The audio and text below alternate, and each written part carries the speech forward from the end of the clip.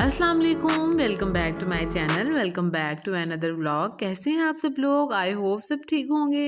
अच्छा जी, हमारे घर में ना बैंगन लगे हुए हैं तो कुछ दिन पहले हमने सारे उतार के पका लिए थे और एक नया जो था वो भी लगा हुआ था, तो मैंने सोचा चलिए इसकी ना हम कोई मज़ेदार सी ना रेसिपी बनाते हैं और आप लोगों के साथ भी शेयर करते हैं। अगर आपके पास एक अदद बैंगन है तो आप प्लेट भर के इसके बैंगन के पकौड़े बना सकते हैं। बहुत मज़े के बनते हैं, बनाना बहुत ही आसान है।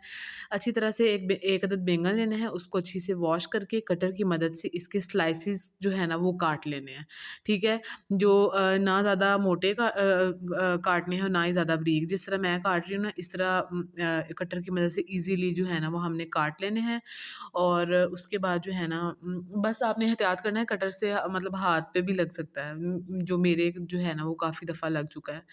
बस यहाँ पे जो है ना जो बैंगन है उनकी हम कटिंग कर लेंगे कटर के साथ।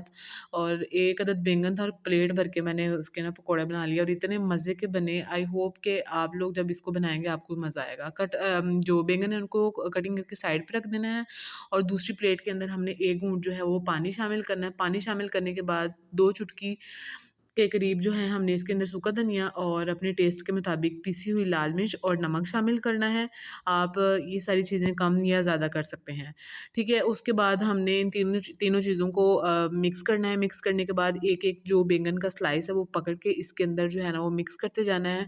यानी कि जो हमने मसाला ये नमक, मिर्च और पिसा हुआ सूखा धनिया है, वो सारा जो है ना वो इसके ऊपर लगा लेना है। बस यहाँ पे एक-एक बैंगन का स्लाइस पकड़ते जाएँगे और सारा इसके ऊपर नमक मिर्चें लगा लेंगे। बाकी जो है नेक्स्ट मैं दिखाती हूँ कि इसके बाद क्या क्या करना है। वैसे रमज़ान में हमने हमारे घर में तो ये वाले पकौड़े सबको बड़े पसंद हैं। रमज़ान में डेली ये तो और कुछ बने ना बने, ये वाले पकौड़े तो ज़रूर बनते थे। तो जब मैं ये रेसिपी बना रही थी ना, मुझे मतलब रमज़ान वाली रोज़ों वाली वाइब आ रही थी। तो आप लोग जब रमज़ान आए, वैसे अगर आप शाम के टाइम और या कोई अचानक से मेहमान आ जाएँ तब भी आप बना के इसको मज़ेदार सा एक जो है ना वो स्नैक्स आपके रेडी हो जाएँगे। बस एक अदद बैंगन हो तो आपकी जो प्लेट भर के पकौड़े बन जाएँगे। यहाँ पे सारी मिर्च मसाले जो थे वो मैंने बैंगन को लगा दिए थे। अब हमने 1 कप जो है वो बेसन लेना है। बेसन के अंदर थोड़ा-सा ज़ीरा और थोड़ी-सी 1 पिंच हल्दी, नमक और जो है ना पिसी हुई लाल मिर्च, वो इसके अंदर डालनी है और इसका हमने एक मिक्सचर तैयार कर लेना। मिक्सचर जो है वो ना ज़्यादा थिक होना चाहिए, ना ही ज़्यादा थिन होना चाहिए। एक बस इसकी ना हमने बैंगन के ऊपर कोटिंग करनी है ना, तो इसलिए आप ज़रा ध्यान से इसका जो करें, ना ही ज़्यादा थिक हो और ना ही ज़्यादा थिन। इस तरह हमने बाकी इसके अंदर अजवाइन भी आप लोग डाल सकते हैं, उसका एक बड़ा मज़ेदार सा फ्लेवर आता है। आई थिंक हमारे घर नहीं थी तो मैंने नहीं वो डाली, अगर आपके पास है तो वो भी डाल सकते हैं। बस मैंने इसके अंदर ज़ीरा, सूखा धनिया, नमक और 1 पिंच हल्दी सिर्फ़ कलर के लिए डाली है और इसका जो मिक्सचर है ना वो बना के तो रख लेंगे। अगेन बता रही हूँ कि जो है ना ज़्यादा ना थिक होना चाहिए, ना थिन होना चाहिए। बस इस तरह का ना आपने जो है ना मिक्सचर इसका बना लेना। अगर आपको लगे कि थोड़ा-सा ज़्यादा गाढ़ा हो रहा है तो इसके अंदर फिर थोड़ा-सा पानी डाल के तो इसको अच्छी तरह से मिक्स कर लेना है।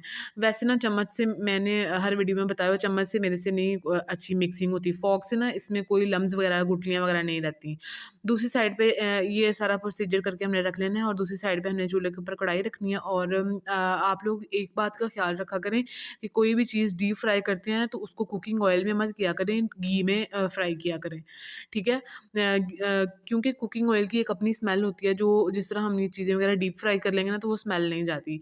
इसलिए हमने ये डाल्डा घी ये कढ़ाई के अंदर लेना है और जो घी है उसको उसका गर्म होने का वेट करना है। और गर्म होने के बाद हमने इस तरह एक एक जो है ना बैंगन का एक-एक स्लाइस पकड़ते जाना है और इस तरह जिस तरह मैं कर रही हूँ, जो हमने बेसन और मिक्सर तैयार किया है उसके अंदर डिप करते जाना है। मतलब इसकी एक पूरी एक मोटी सी लेयर जो है ना वो हमने कर लेनी है बेसन की। और उसके बाद हमने जो है ना वो तब तक जो वो घी भी गरम हो गया होगा और हमने एहतियात से ना इसके अंदर डालते जाना है। 2 मिनट एक साइड से पकाएँगे और 2 मिनट जो है दूसरी साइड से पकाएँगे और फ्लेम जो है मीडियम टू लो रखेंगे, हाई फ्लेम पे नहीं पकाएँगे। अगर हाई फ्लेम पे पकाएँगे तो अंदर से जो है ना वो मसाला थोड़ा-सा कच्चा रह जाएगा और ऊपर से जो कलर है ना वो ज़्यादा डार्क हो जाएगा। इसलिए मीडियम टू लो फ्लेम के ऊपर हम इसको पकाएँगे। और इस तरह हम सारे जो हैं बैंगन जो जो स्लाइसेस की शेप में कटिंग किए हैं वो हम बेसन की कोटिंग करते जाएँगे और इसके अंदर डिप करते जाएँगे, यानी कि इनको फ्राई कर लेंगे। वैसे आप जो बैंगन है इनको अपनी मर्ज़ी से शेप जो है वो दे सकते हैं। 2 मिनट एक साइड से पकाएँगे और 2 मिनट जो 2 मिनट के बाद जो है ना वो साइड चेंज करेंगे। साइड चेंज करने के बाद आपको लगेगा ये सारे जो हैं वो चिपक गए हैं, तो ये सही नहीं बने। जिस तरह कि मुझे इस टाइम लग रहा है कि ये सारे चिपक गए हैं, सही नहीं बनेंगे। कढ़ाई कुकिंग करते वक़्त ना, मतलब कोई चीज़ डीप फ्राई करते वक़्त आपने इस चीज़ का ख़्याल रखना है कि जो चीज़ हम कढ़ाई के अंदर डालते हैं उसको डायरेक्टली उसकी जो साइड है ना वो चेंज नहीं कर लेते। अगर हम फ़ौरन से साइड चेंज कर लेंगे ना तो वो तो पका ही नहीं होता, तो इस तरह वो चीज़ खुल भी जाती है और टूट भी जाती है, इस तरह वो सही नहीं बनती।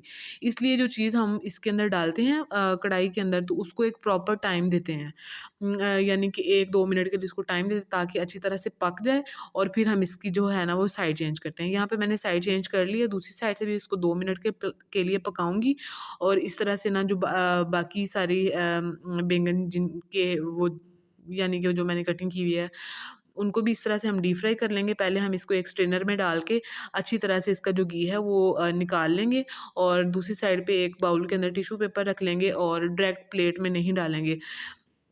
टिश्यू पेपर के अंदर रख के ताकि जो घी वगैरह है वो टिश्यू पेपर एब्ज़ॉर्ब कर ले और उसके बाद जो है वो हम डिश आउट करेंगे।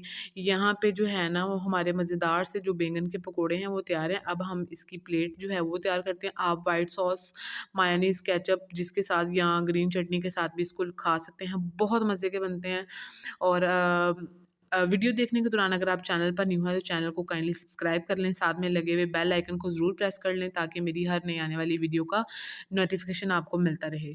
दूसरी बात ये है कि आपका हाल-चाल तो पूछा ही नहीं, आप लोग कैसे हैं बताएँ, ठीक हैं? क्या चल रहा है आपकी लाइफ में? क्या अच्छा किया, क्या करने वाले हैं? बस पॉज़िटिव रहें और पॉज़िटिव ही सोचें। यहाँ पे जी देखें, जो एक खूबसूरत सी जो प्लेट है वो मैंने तैयार कर ली है और बिल्कुल ईज़िली जो है ना वो अलग-अलग हो गए हैं। बस अगर आपको मेरी वीडियो अच्छी लगी हो तो चैनल को सब्सक्राइब कर दें और इस रेसिपी को ज़रूर ट्राई करिएगा। बहुत मज़े की बनती है, बहुत बनाना भी आसान है। एक अदद बैंगन से हम कितने ज़्यादा हमने प्लेट भर के जो है ना वो पकोड़े बना लिए। मिलेंगे इंशाल्लाह सुबह किसी अच्छे व्लॉग के साथ या किसी अच्छी कुकिंग की वीडियो के साथ। तब तक अपना ख़्याल रखें, दुआओं में याद रखें। Thanks for watching. अल्लाह हाफ़िज़।